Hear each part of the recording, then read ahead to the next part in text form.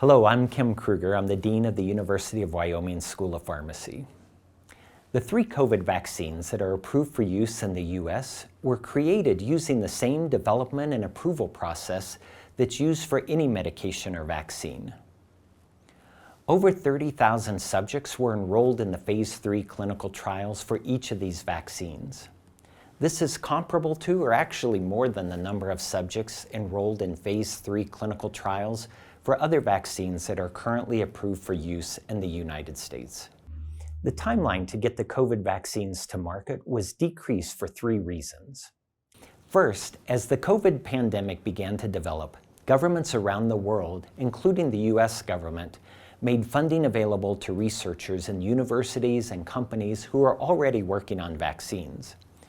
Operation Warp Speed also coordinated research and development activities across universities, companies, and continents.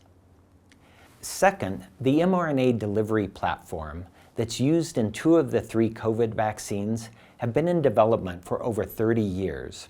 Thus, it was adapted for use in the COVID vaccines relatively easily. Third, the FDA used the emergency use authorization to make the vaccines available to the public as quickly and as safely as possible. You may wonder how the emergency use authorization differs from the full FDA approval.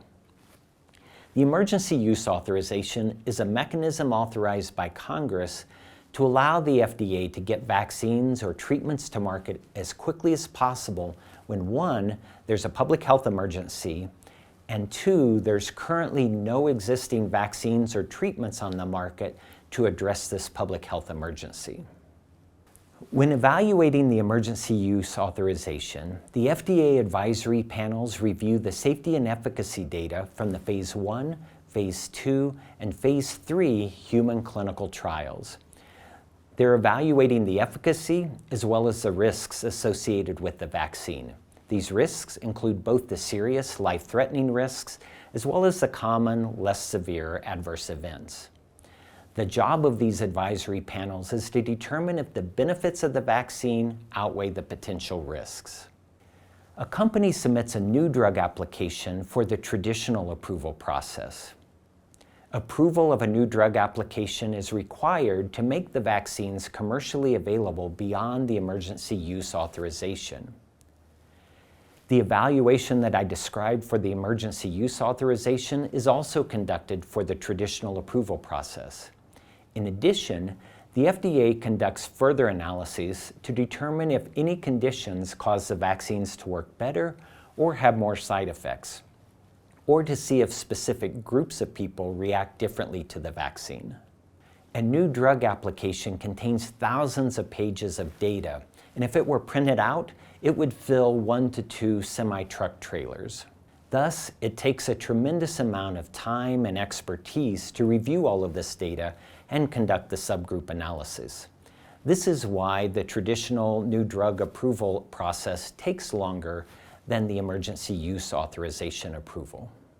The FDA uses 2 primary mechanisms to monitor the safety of the COVID vaccines that were approved under the emergency use authorization process. One is the Vaccine Adverse Effect Reporting System, known as VAERS. The other is the vSafe program. The vSafe program is a new application that was created by the FDA to allow people who receive the COVID vaccines to report potential adverse effects directly to the FDA.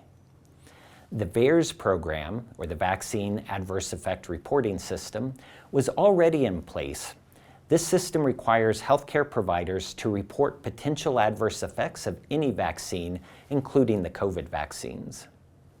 These 2 data collection tools allow researchers at universities, the FDA, and the NIH to identify potentially serious adverse effects as quickly as possible.